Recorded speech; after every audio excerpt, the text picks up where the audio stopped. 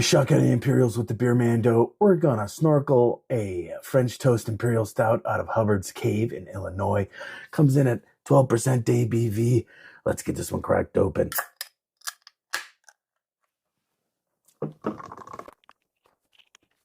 This is a process. Here we go.